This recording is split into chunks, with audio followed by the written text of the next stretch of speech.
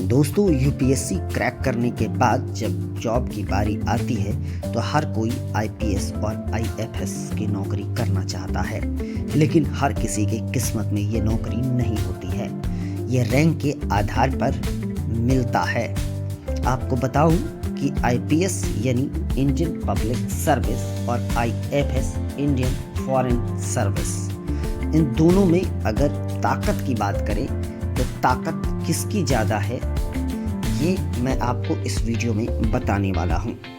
इस बात की जानकारी बहुत कम लोगों को होती है कि दोनों में क्या अंतर होता है और पावरफुल कौन होता है।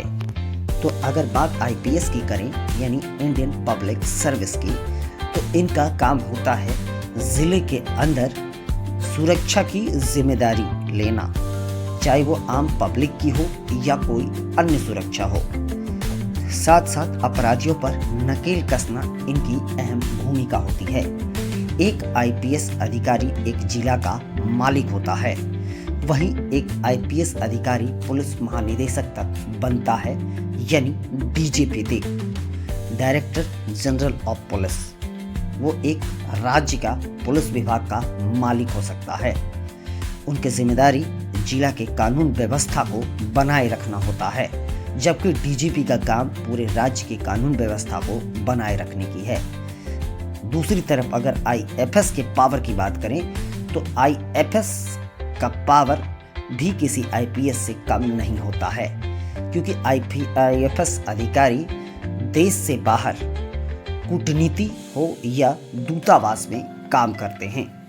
उनका काम अपने देशों की बात को रखना, कूटनीति की बात करना, साथ साथ भारत के जिन भी किसी देशों से संबंध हो उनके संबंधों को लेकर बातचीत करना, अपने देश का प्रतिनिधित्व करना।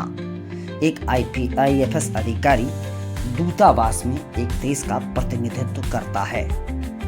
तो अगर देश के अंदर की बात करें तो उसमें एक आईपीएस अधिकारी का रुतबा बहुत ज़्यादा है, लेकिन वहीं अगर अंतर्राष्ट्रीय स्तर पर देखें तो एक आईएफएस अधिकारी का रुतबा ज़्यादा होता है।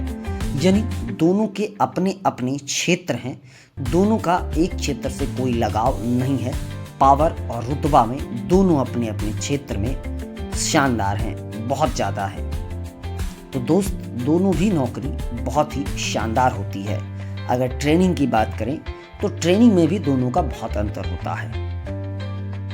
जहां एक तरफ आईपीएस अधिकारी का ट्रेनिंग इस देश में ही होता है, वहीं दूसरी तरफ आईएफएस अधिकारी की ट्रेनिंग देश से बाहर भी कराए जाते हैं, क्योंकि उन पर कूटनीति कराने की जानकारी होनी चाहिए और इसके लिए उन्हें ट्रेनिंग दी जाती है। साथ साथ दो देशों के संबंधों को लेकर अपनी बात रखने के लिए भी उन्हें ट्रेनिंग दी जाती है, यानी वो एक देश का प्रतिनिधित्व करते हैं। इसलिए एक आईपीएस अधिकारी से कहीं भी कम उनकी भी ट्रेनिंग नहीं होती है। दोस्तों, अगर आपको हमारा ये वीडियो पसंद आए तो कमेंट बॉक्स में ज़रूर बताइएगा, और अगर आपने हमारे इस चैनल को सब्सक्राइब नहीं किया है तो प्लीज़ सब्सक्राइब ज़रूर कर दीजिएगा।